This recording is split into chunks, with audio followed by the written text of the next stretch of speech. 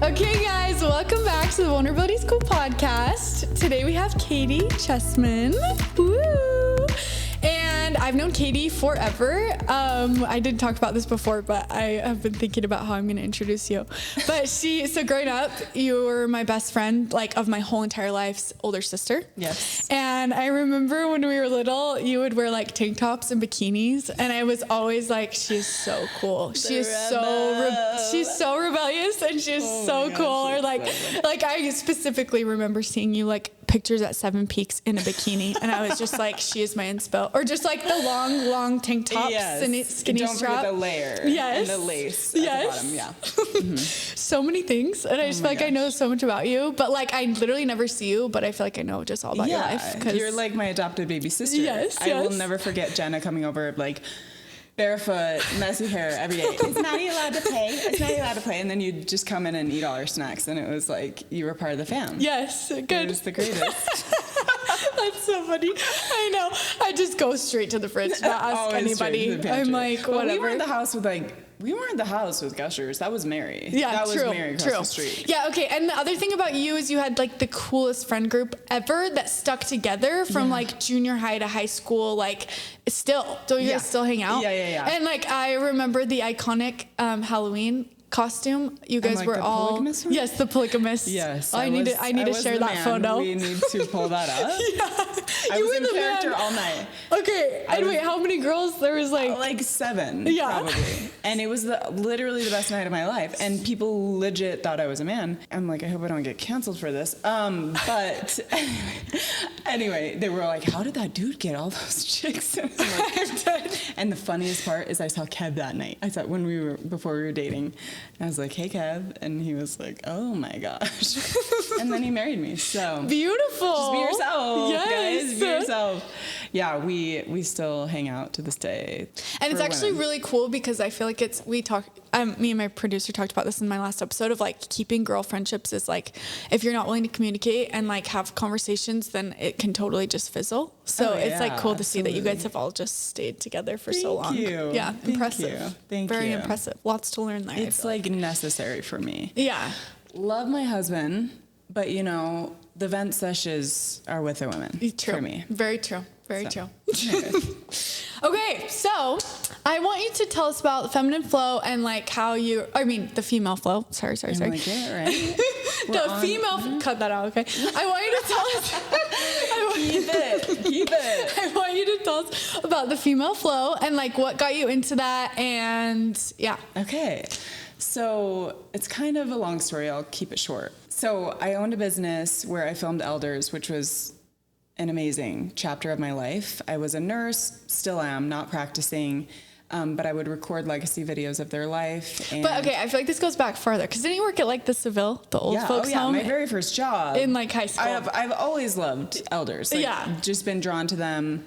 My best friend's 90. Her name is Cleo. She's amazing. I have an episode with her. Anyway, and then I just went into nursing, fell in love with just hearing about these people's lives, started documenting them, and then I grew a business. It was, again, so fulfilling. I learned so much, but I got to the point where I had hired people and it kind of snowballed.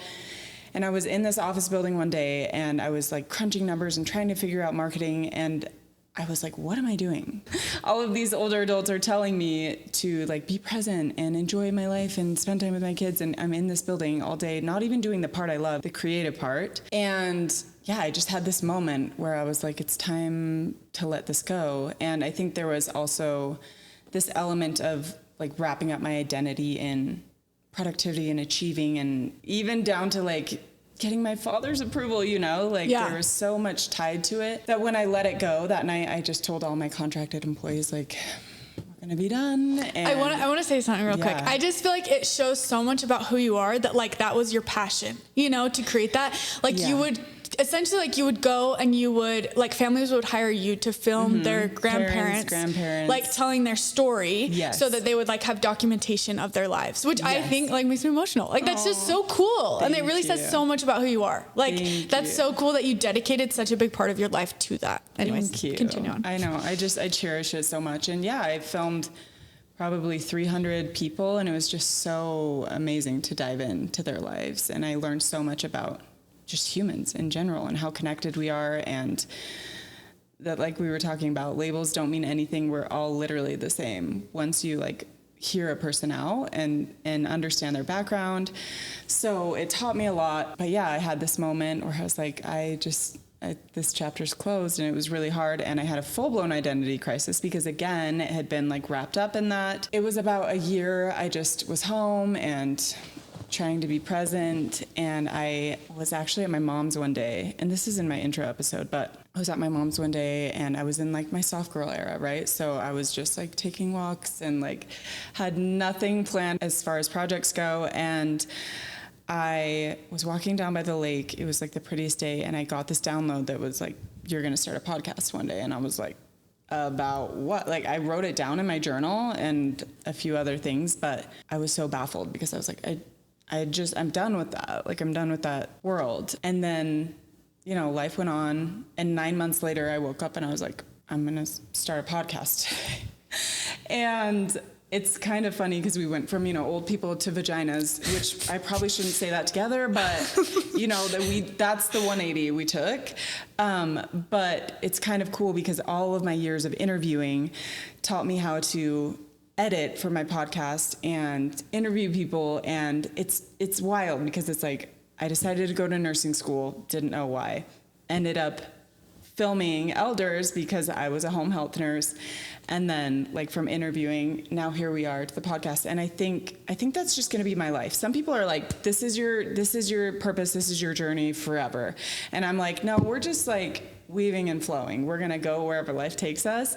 And right now I have a podcast where I talk about women's health and, you know, mostly the stigmas around periods, but also there's another aspect, which is being in flow, not only with your cycle, but energetically and emotionally and spiritually. And I think when I was in that space with my business, I was so in my masculine, and we all contain both, right? But I was like, had never even stepped foot in my feminine energy. And I know these are all like hype words, but there is like actual truth there. And I just was so rigid and had never like really created from my heart. It was just chasing this goal, right? And getting that external approval and hustle till I burned out. Like I was not in the best place with my marriage because I was just so driven and focused, but for what? You know? And again, it was hard because it was sandwiched in between like, well, this is such a worthy cause, but I realized like my intention wasn't fully authentic. Yeah. And like in alignment with my true soul. So it's like we had to strip that away,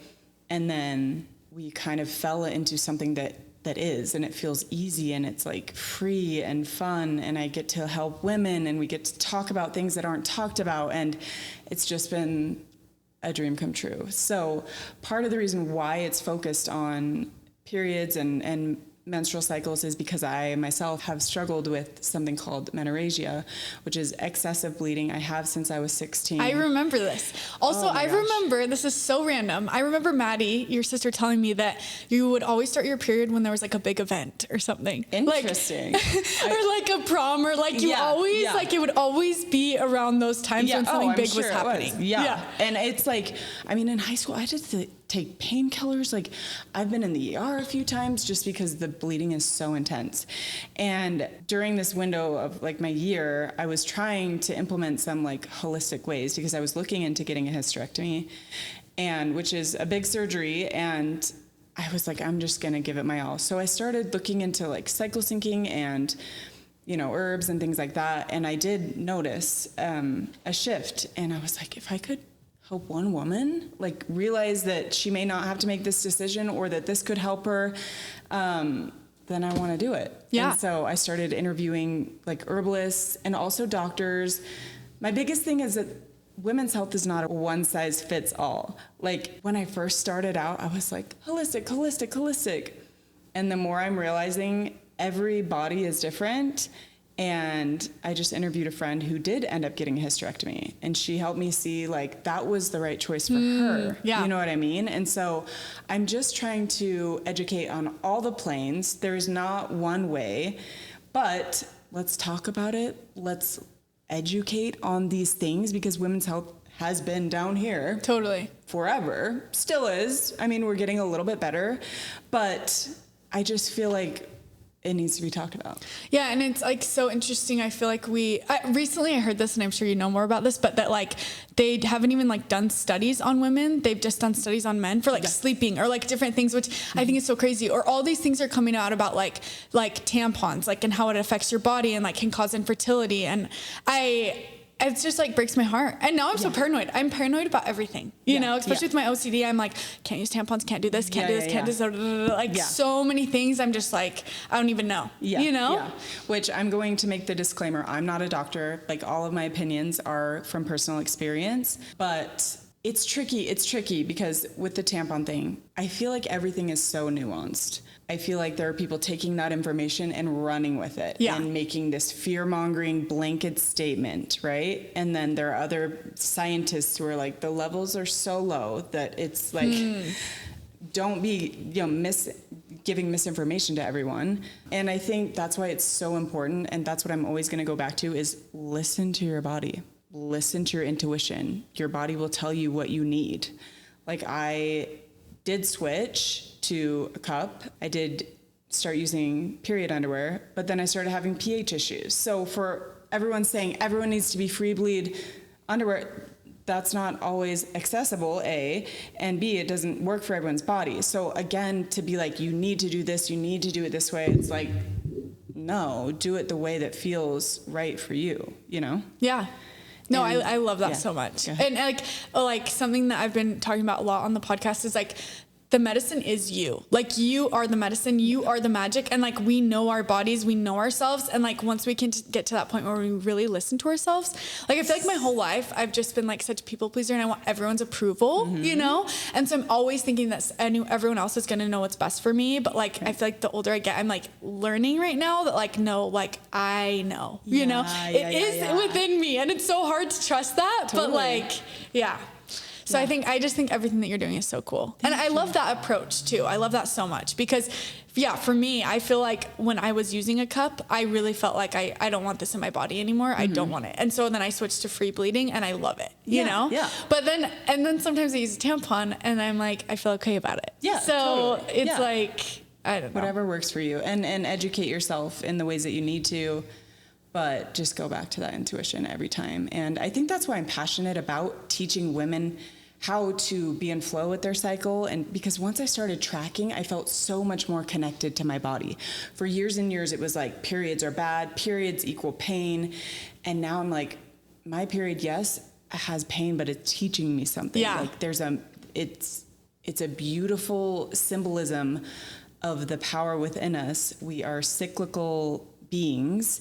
And we get to use that every month to refresh, to go through that process of shedding and getting rid. And I feel like once you connect with your body in that way, then you are more able to trust your intuition because you're more connected, right? Whereas before it was like, no, bad, get rid.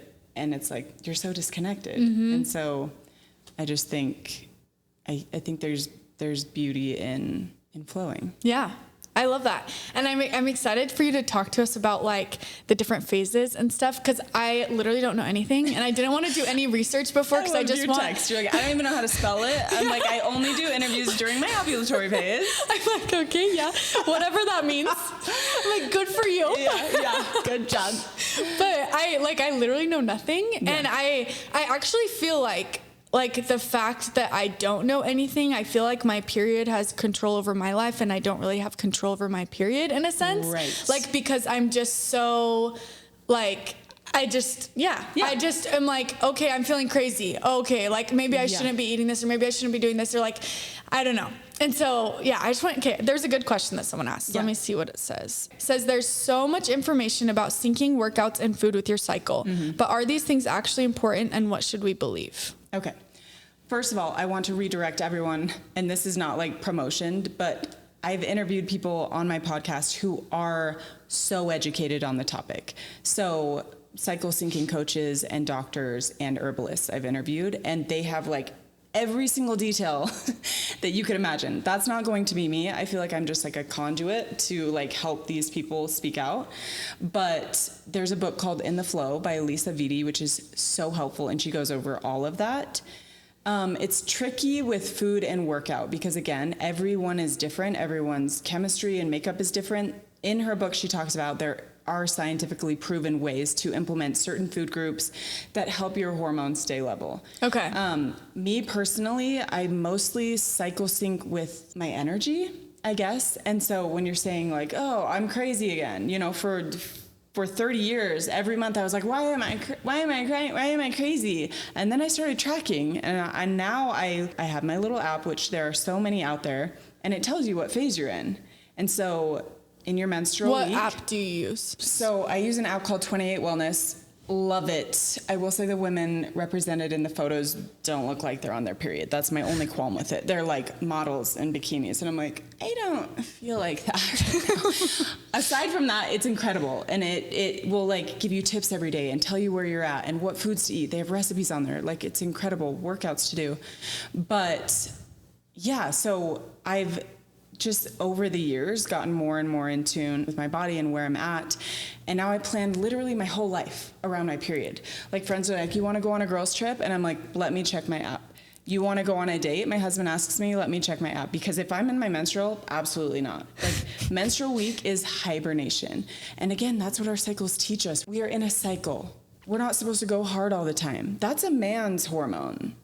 That is men's hormones. They are a 24/7 reset every single day. We're not supposed to operate like that. And unfortunately, society has, you know, patriarchy. We operate that way. Like, everything is structured based on man's hormones, even down to, you know, like you said, studies and things like that, all based on men's hormones, even workouts. And I feel a lot of pressure to be like hustle culture, right. You know, 24/7. But then I burn out so fast all the time. Exactly, because your body isn't made to do that. Like, your body operates on a different level. And it's so empowering when you kind of unsubscribe from that and you're like, I'm going to live my life in the way that's actually like innately ingrained in me. And it's really hard to kind of stop. Yeah. Because there is that, it's just embedded in society. But I really think, honestly, like, so much of this, like, you know, fight with men and women and blah, blah, blah. It's like, when we each step into our own power, that's when, like, harmony happens. And so back to cycle syncing. Yeah, I look at my calendar. So during my menstrual week, that's just for me. Like, I literally tell my kids, I'm vegging out, I'm watching movies, I'm doing whatever I can to just tend to myself, and I'm like connecting to my bleed, and I'm resting, and I personally don't work out during that week. I walk and I do yoga and maybe light weights, but I know a lot of people have a hard time with that because they have their routines and their schedules. Again, everything is set up like constant.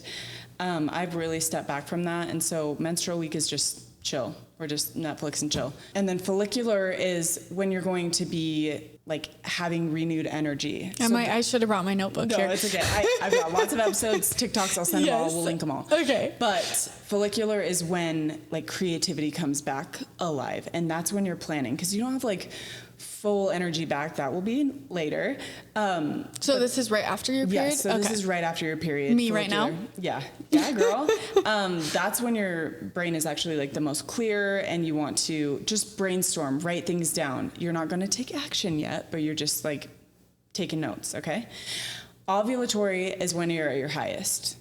Hormones are the highest. You physically look your best. That's when you want to go hard. That's when you want to run your marathon. So again, back to planning. Like with my work and the podcast, I, again, plan my period around it. So I'm interviewing during my ovulatory because I know that's when I'm going to have the most energy. That's when I want to be socializing. That's when I plan things with friends.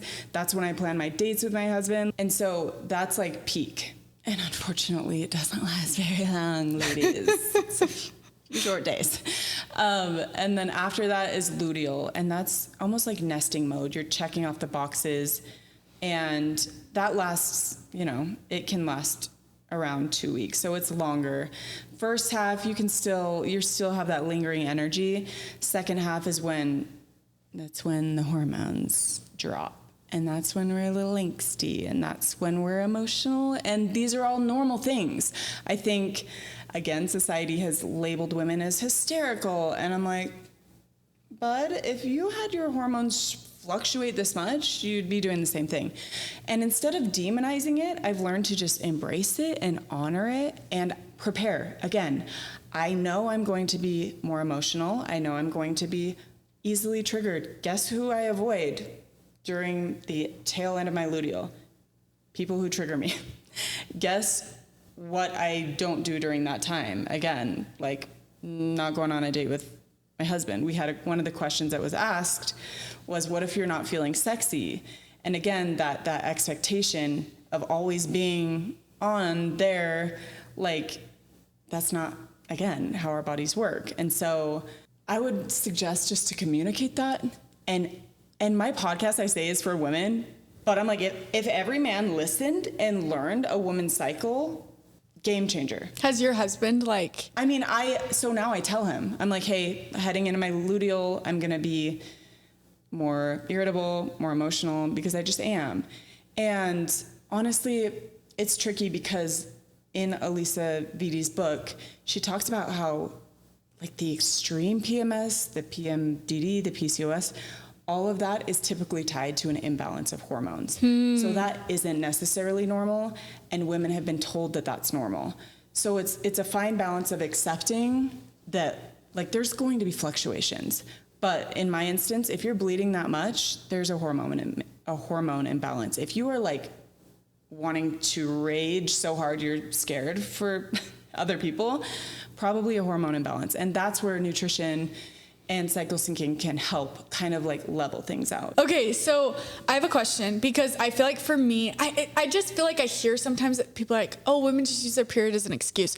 And I think sometimes like maybe we do in a sense, but it's like, I think for me, it's hard to find that balance of like being the victim, but also being like, no, like this is my body, this is what's going on. You know what I mean? I think, again, if people were more educated on what happens during the month, then there would be a lot more empathy there. Yeah. You know, and I think we don't have to over-identify with this. Like, these hormones are not who I am, but they affect me.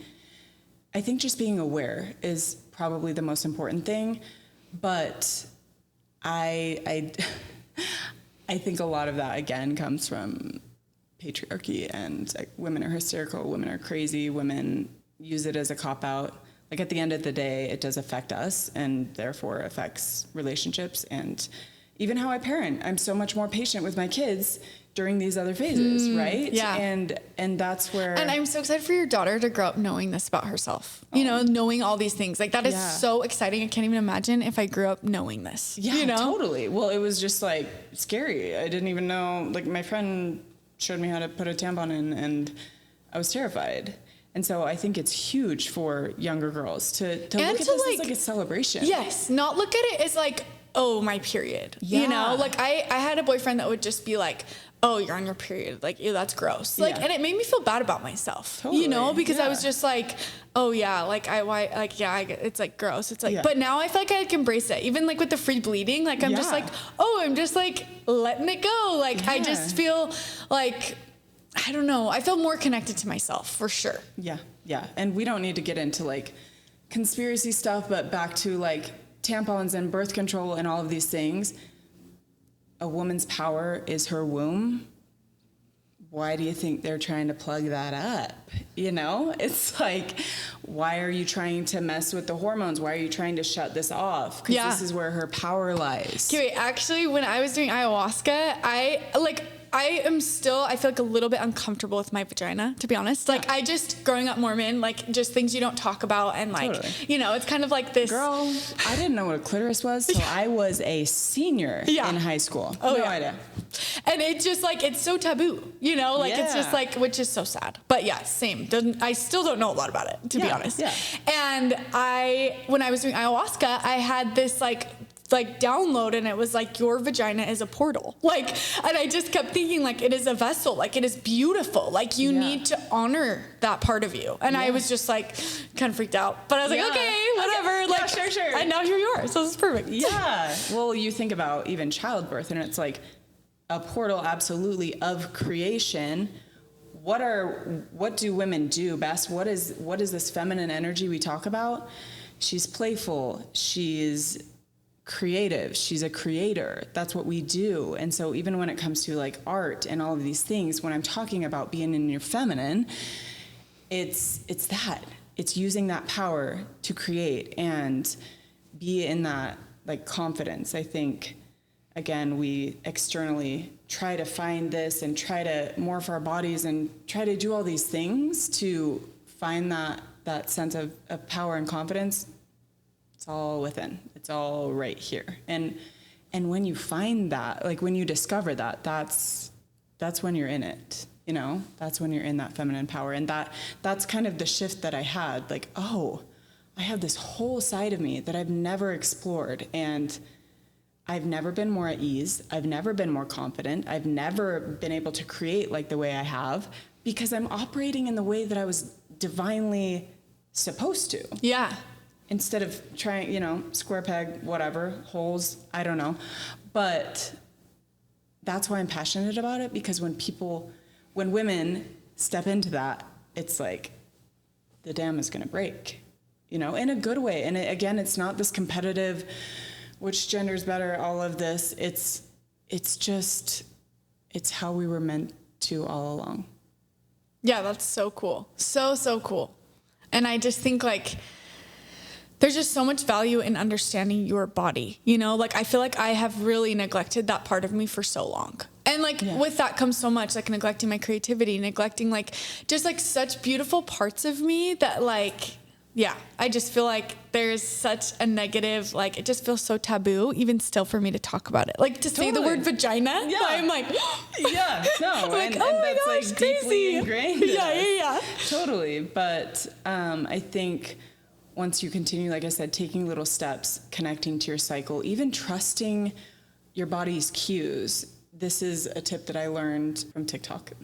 But this woman was saying, if you, like when your body's hungry, go eat. When you have to go to the bathroom, go to the bathroom. When like listening to these small little signals that your body's giving you is going to help you, again, create that trust and connect more to your body and then be willing to explore it. I think some people are just scared, you know, for good reason. Like, again, it was scary growing up, but it's like we spend essentially 1/4 of our entire life bleeding. 1/4, 25%. I mean, aside from childhood and menopause, a large chunk of our life bleeding. And we're just now talking about this. Like, that's insane. Yeah. That's crazy. I'm sorry, but if men were bleeding that much, I mean, we would have time off for work. Oh, I mean, for sure. We're just supposed to show up and act like we're not literally bleeding out of our body. Yeah, it makes me want to cry even thinking about it. You know, like just so many times that I feel like I've just been forced to show up that I'm like not okay, or like I'm like the week before my period, or even for me, I feel like it's like 2 weeks. I feel like I have PMDD. Yeah. I'm not positive, but like I just am so hormonal, or like having hard conversations in that time. Yeah. Like I'm literally psycho. Yeah. I feel that. Yeah. Yeah. And irrational thoughts. Yeah. Yeah. And I'm like, this isn't coming from me. Like, this is something more. But I really feel like it's because I'm not like almost respecting my body in that way. Like, I'm not honoring myself. And so I'm putting myself in situations that are going to hurt me and hurt others maybe because I'm just not myself. Yeah. Well, and we talk boundaries all the time. A woman in flow has boundaries. And she's going to say, I'm not able to have a conversation right now. We can revisit this next week when I'm in a little better headspace, you know, because of my hormone fluctuations. And that is like her being in her power because she knows and she's aware. And that's why it's so important to connect and track your cycle, because then you can plan around that. My relationships are so much better. Like, I just feel so much more in alignment because I'm not trying, like you're saying, that hustle. It's like, And it's scary. It's scary to be like, I'm going to take the week off and just like take a breather from people. Like I can almost feel the shift. I'm like, okay, we're going to turn in now, and we're not going to like initiate anything. And then I feel the shift again when ovulatory comes in. I'm like, we got to hang with people. Like, let's go do all the things. And I think just being in tune with that will give you so much confidence in yourself, in your body, in your intuition, and in that power. Yeah. Okay, so I have questions about like boundaries that you've set, like even with your husband, like I maybe like when you're not feeling sexy, or like with your like kids, or like I just want to know like the exact kind of things that you say to them, you know? Yeah. Usually with my husband, I just prepare him, like probably not going to have any like deep, heavy conversations this week. I mentioned that like my anxious attachment's pretty flared right now. So I just, that's when kind of the irrational reactions happen, and it just gives him understanding. So he's not like, what's happening? Like, you were like this last week and now you're like this. Yeah, that's how it's supposed to be. But now he has the knowledge and awareness that he's like, oh, okay, I'm not going to take too much stock into that. You know? With my kids, I just explain, like, mommy's a little more irritable this week. I might have a shorter fuse.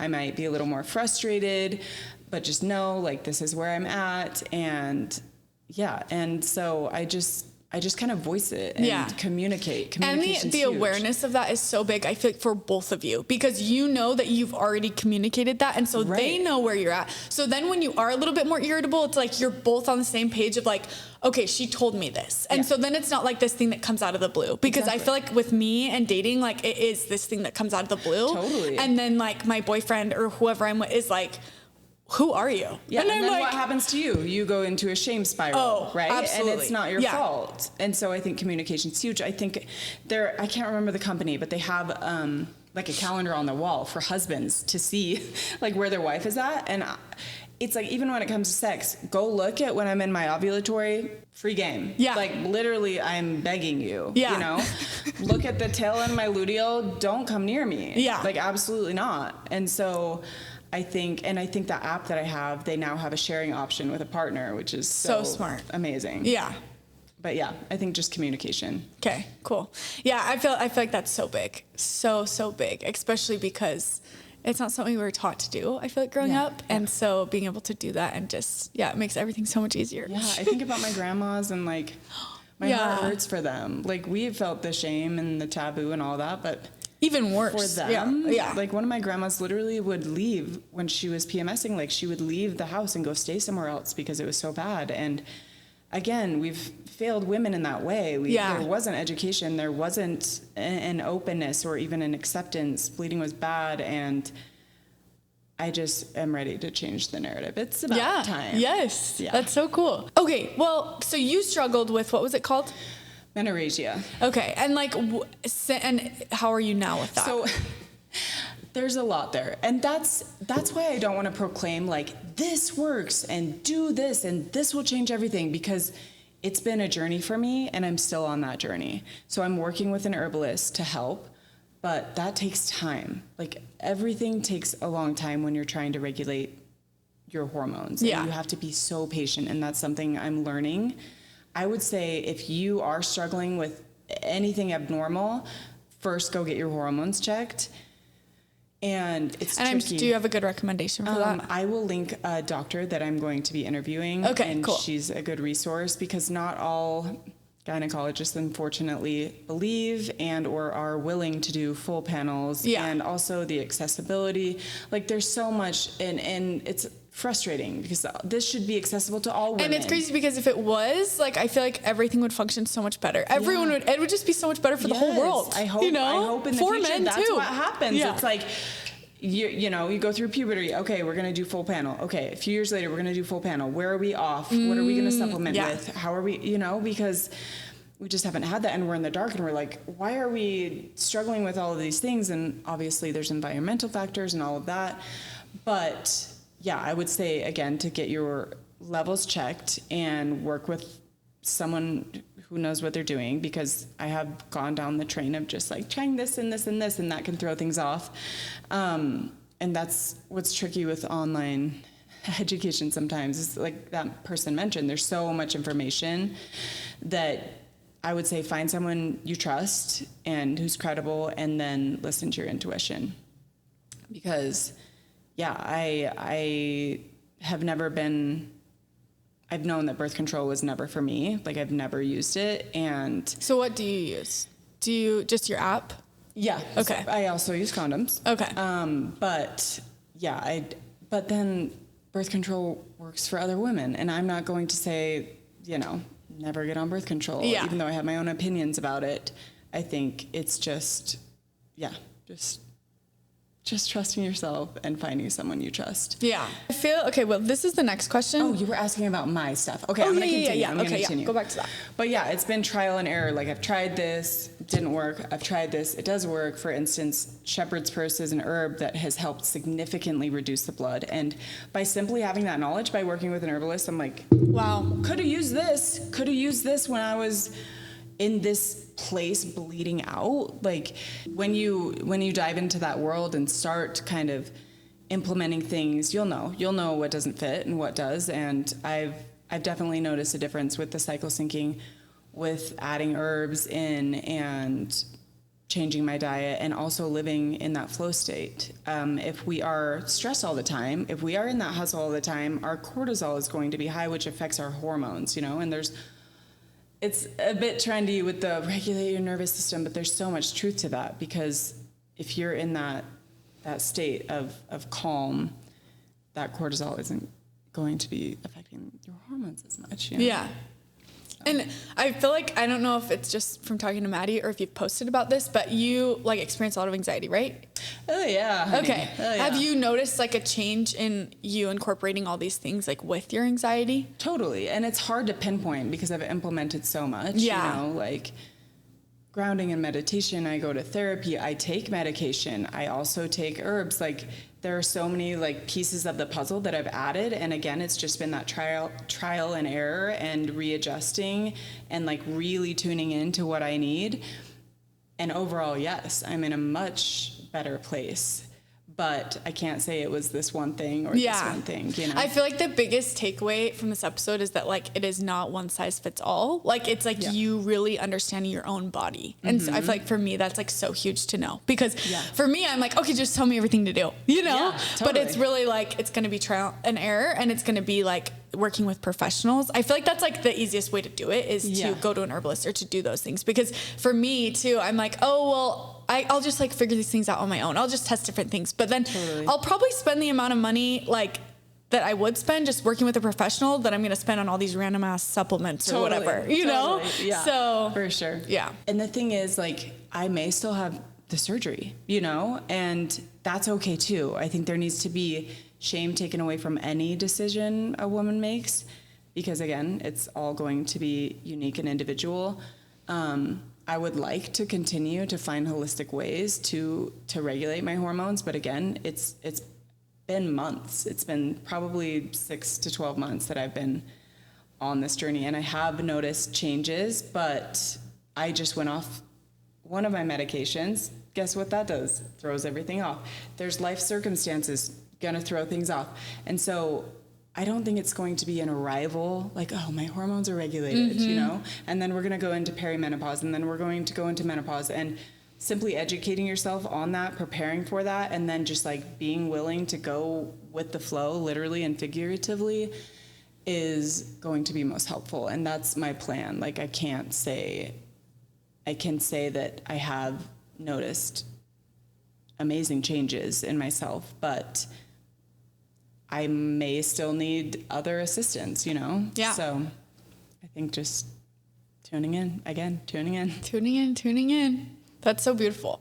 I love that. Okay, so one of the questions that we had was like, just kind of about sex with your partner, and like, I don't know, even when I was dating and I wasn't having sex and like I was on my period or something, I just like didn't want, like, I just feel like we're so, especially as people pleasers, like we'll just dive like deep into just pleasing whoever and just doing whatever. And like, and even if like I didn't want to make out with my boyfriend, like I would just do it because I was just so uncomfortable. And I feel like a lot of women can relate to that, you know, especially because we a lot of women are people pleasers and like we don't want to hurt people and so I just want to dive a little bit deeper into like that and like how you approach that. Yeah, I think it goes back to boundaries and that's not like a quick fix. I mean, we've been working on boundaries for years. But when you realize when a boundary's been crossed, and that doesn't mean necessarily that you're like violated necessarily, but there are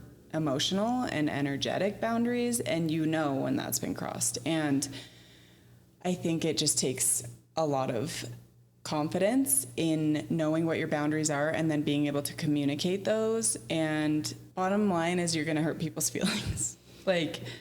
But if they love you and they understand you and understand your intention, then hopefully they will respect that. If they don't, why are you with them? Yeah. True. Sorry. True. Yeah, that's part of boundaries is if you're in your feminine, like you aren't going to put up with someone who's pressuring you maybe. But I think communication breaks down so many of those walls. And I hope that men can become more in touch with their feminine so they can communicate as well. Yeah. Hey, my feelings were hurt, like I felt really rejected in that moment and it makes me not want to initiate anymore. I'm scared. I feel resentment toward you because I don't feel like you desire me as much as I desire you. I'm talking as if I'm a therapist, but this is based off my own life. And that's why I'm like, if women can be in touch with their feminine power and men as well, like the world is going to change. And I feel like education too for men, just understanding. I don't think I've ever dated a guy that really understood anything of that. I don't even think they know where the tampon goes. Right, to be honest. Which my 6-year-old does. And again, hopeful for the next generation. Yes. My son knows more about my period than probably my husband, dead ass. So, that's amazing. I think, education is huge. And if people are willing to be educated, again, there's so much stigma there and negativity around it, like periods are gross and blah, blah, blah. If we, again, recognize the power in our periods and look at it as a beautiful thing, the beautiful thing that it is, there's a reason we have it. It's not like we would just plop down. It's like, you're going to bleed. No, there's learning there. There's lessons there. There's teachings there that are ancient, that are ritualistic, and I feel like we still have so much to learn. And I was talking with Abby, my producer, about this on the last episode, that we know we're gonna have a period for a long time, you know, and it does control so much of our lives. And how have I gone so long without not educating myself on this? Yeah. It makes me want to cry. I just let this affect me so much. Yeah. And then I don't really do anything to figure that out. And I think that's with a lot of things, with communication, with boundaries, we just continue in this cycle of just being miserable when there are solutions. There are things that can help us. And we were made to have periods. That's just, and I feel I've had to just come to terms with that. It's okay. Yeah. So I've joked with a friend before and I was if there is a God, I do not think it's a woman, because why would she put me through this?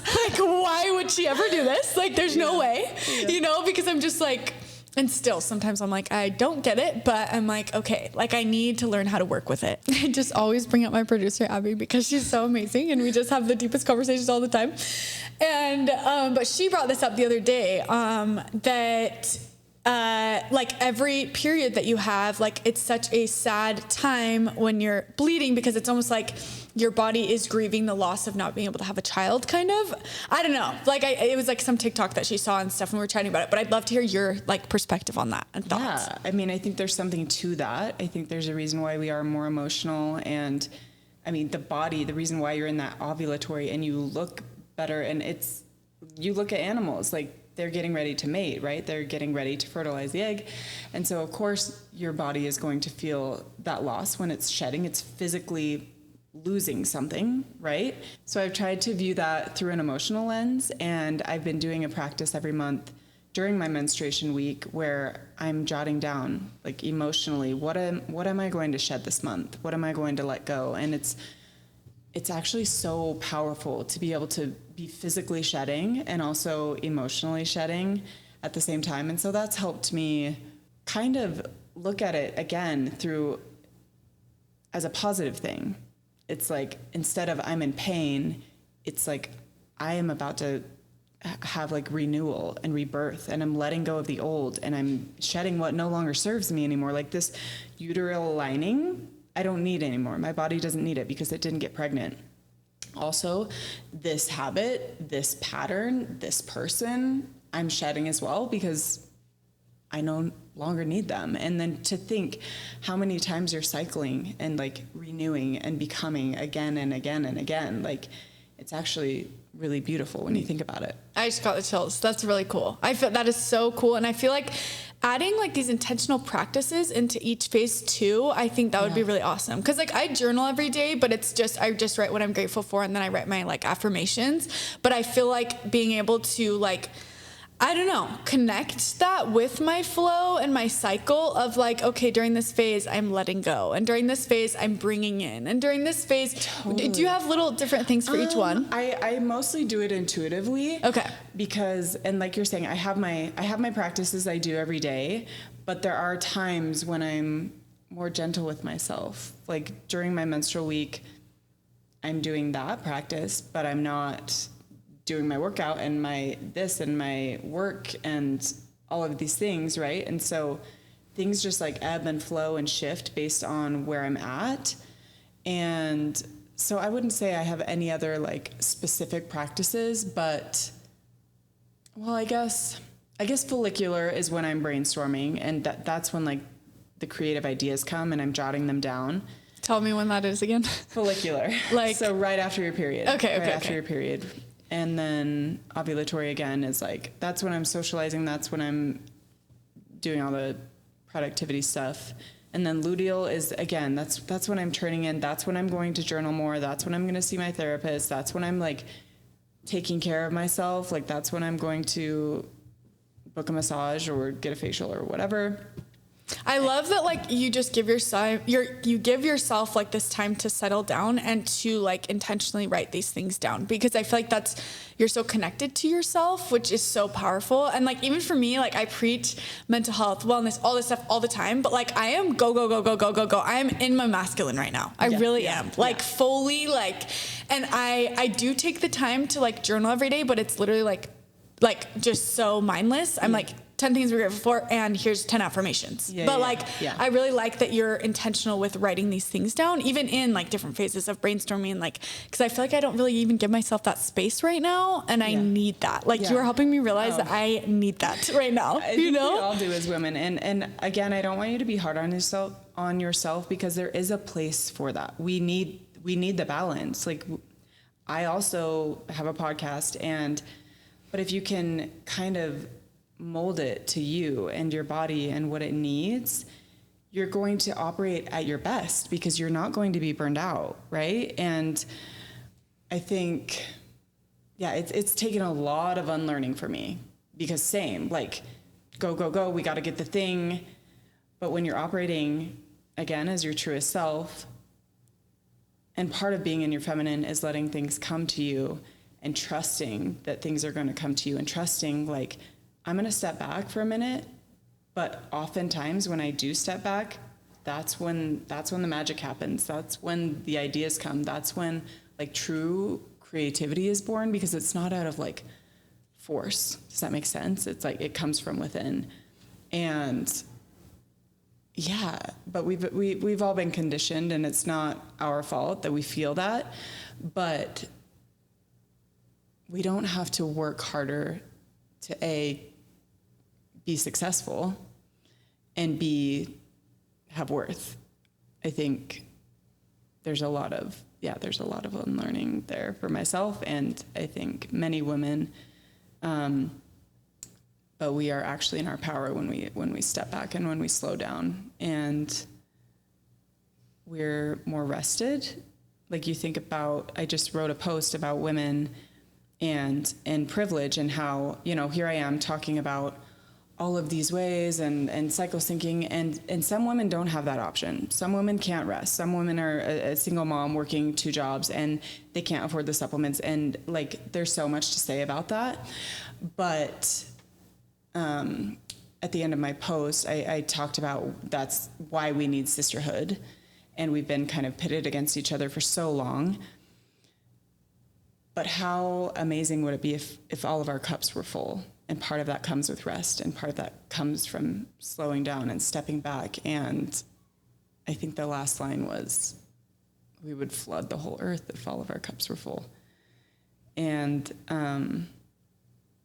it's hard to see how many women are tired, and there isn't a lot of support there, for many women, but how we can be that for each other, and how we can tend to and care for our own selves so that we can give back, right? Because if it's said all the time, like, you can't give from an empty cup. And part of that comes, I think, with tuning into your cycle and slowing down when you need to, and also going hard when you need to. And that's the thing. It's like, hustling isn't bad. It's actually an amazing quality to have. I have it. And there's a book called The Perfectionist Guide to Losing Control, talks all about that. Like, being a perfectionist isn't a bad thing. It's learning how to work with it and not let it run your life. And anyway, so that's changed my perspective a lot too. In that we can have both. You can have, and that's how we're supposed to be. There's supposed to be the yin and yang, the balance, the masculine and feminine energy. And it's just like leaning into one or the other based off your cycle. Yeah. And I've been in this phase where recently I like 2 days ago, I was just like, you know what? Like, some things that I'm doing aren't working for me, and I just keep doing them, and I'm not figuring myself out, with this balance of hustle culture, but also taking care of myself. I've been, or my ADHD, I feel like I have, my to-do list is 10 miles long, and I'll get 4 things done. And then I'm so frustrated with myself. And I'm just letting this shame cycle continue and being so mad at myself because I don't finish things. But I'm not even setting myself up for success. Right. I'm setting myself up for failure because I don't I don't know. I don't have a plan and a structure, and I'm not reevaluating. I'm just continuing in this and then wondering why I'm miserable, you know? Yeah, totally. And so, I think that book you recommended, I'm I need that right now. Yeah. I need to read it. One. But I love that. I feel like it's just life is just such a cycle of figuring out what works and what doesn't, and really making it the best that it can be because we're so intentional with what we're doing. Totally. Yeah. Exactly. Yeah. Yeah. I've learned that I have to be intentional or life will just run me, Yeah. But it takes a lot of work and a lot of effort. Yeah. And okay, I want to know what would be the very first steps you would say for someone to take in understanding all of this? Yeah. First of all, I want to say, I think you're being really hard on yourself. It's not little 12-year-old Jenna was supposed to go find a book at the library and educate herself. We weren't given the tools. We didn't have this information, and we weren't set up to do it. And there is so much stigma around it that, of course, you're not going to feel comfortable just diving right in. Okay. So let's just all give ourselves a little hug, because True. That's the cards we were dealt. And also, to start, I would say, just start tracking your cycle, and just start even taking notes around this time every month. And then you start seeing patterns around this time every month. My anxious attachment flares up. That's one for me. Around this time of month, this is when I want sex. This is when I'm feeling super productive and I want to get shit done. This is when I'm feeling easily triggered or super vulnerable. And then you just kind of watch the pattern, and then you start planning your life around that. And so I would say tracking first. There's free apps, just download it and start getting in sync. Okay. First step. And then we're going to link all your things. I have so much content. And that's where I want to be redirect, because there are so many resources out there, and it is hard to sift through, but I will send it all over. And Yeah. Okay. I just love so much what you're doing. And okay, I asked this question to everyone on my podcast, but if you could have everyone in the world understand one thing, what would it be? Probably that they have innate worth, that they don't have to work or, again, change their entire personality or gain approval from others in order to feel that. I think when you discover that that's within you, and you are the only person that can give yourself that love, you realize you don't need all the other stuff. That's beautiful. I love that. Well, thank you so much. And okay, yeah. I've been wanting to start asking this question, but I always forget, but I texted you about it before. Oh, yeah. Yes. So we'll end on this note. Okay, can't wait. So what is your walk-up song? Walk-up song. Dude, I died. You know what, when I read that, I was laughing because I feel like there's so many facets of myself. Like, I'm a little nerd. In what phase? Yeah, exactly. No, but I'm a little nerd, and I go on my walks in the morning and I listen to classical music, and I literally was like, Canon and D is my walk-up song, but then like quick change to Formation by Beyonce. So. And I used to be like so stressed, like, wait, I'm this person, and now I realize like I'm all of it. Yeah, you're all of them. I love that too. I love that so much because I feel like I totally relate to that. Yeah. So thank you so much. Is there anything else that you want to add for our listeners today? I mean, I could talk about this all day, but I think that was a good note to end on. Okay. I feel like the biggest takeaway, and I already said this, but it's just like listen to yourself. Listen to your intuition and understand yourself. Like, I feel like this has just helped me be like, no, I really want to understand myself so that I can thrive in my life. Exactly. I feel like I'm a better mom. I'm a better wife. I'm a better friend. I'm a better daughter. I'm a better sister because, again, I'm not getting angry because the boundaries aren't being crossed. And I'm operating at like... I don't really like saying highest self anymore. I like to say in my truest self. And yeah, when you are operating as your true self, that's where that authenticity, the true authenticity comes out, another buzzword, but the vibration of authenticity is higher than love. They recently did a study. And I, again, feel like when people can operate as their true selves, we will all feel safer to be that. Yeah. And we were all created differently to be different, to contribute to the world in our own unique ways. And I think, yeah, we often, feel shame about certain parts of ourselves, but I've learned a lot over the last year to embrace those parts of me. And part of that comes with being in flow and being more connected to myself, because I realized those are deeply like innate parts of myself and they make me me. And why not be me? Like, why? And I know you talk a lot about that, but yeah, I feel like I just imagine a world where everyone can be their fullest, truest self. It's exciting.